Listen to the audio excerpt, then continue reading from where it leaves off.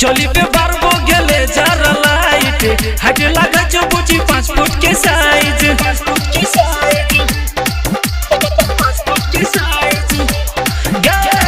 चोली पे बारगो गेले जरा लाइट हट लगा जो बुची 5 फुट के साइज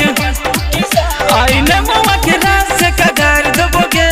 कर दबोगे कगार दबोगे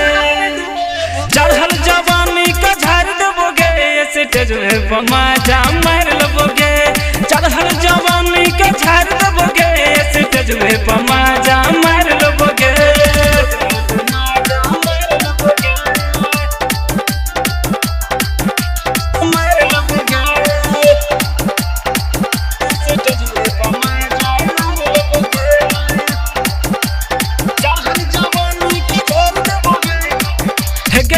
छोट टी शर्ट में गोरी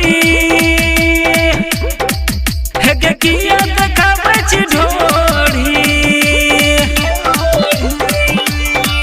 हेगे छोट छोट घगरी में गोरी हेगे किया देखावे छी घोर टंगरी आई फुलल फुलो ना के फाड़ देबोगे फाड़ देबोगे फाड़ देबोगे चढ़ल जवानी के झाड़ देबोगे स्टेज पे मजा मार लबोगे चढ़ल जवानी का झाड़ देबोगे स्टेज पे मजा मार लबोगे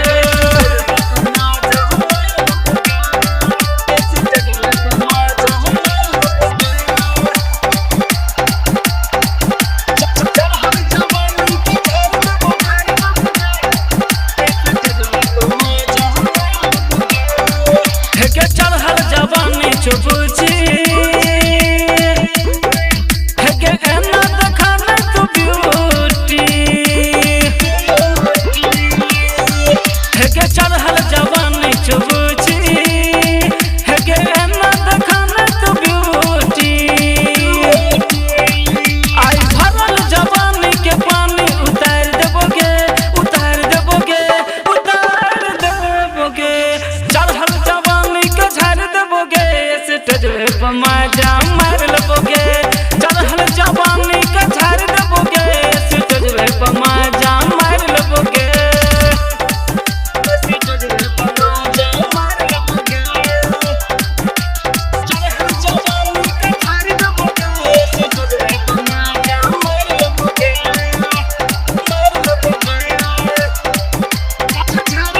हेगे राइटर रेहान के छौरी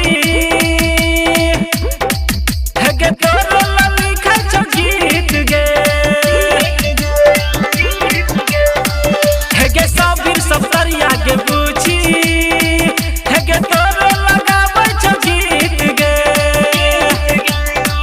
तोहर चढ़ल जवानी के गर्मी उतार देबोगे उतार देबोगे उतार देबोगे चढ़ल जवानी के झाड़ देबोगे स्टेज पे मजा मार लबोगे चढ़ल जवानी के झाड़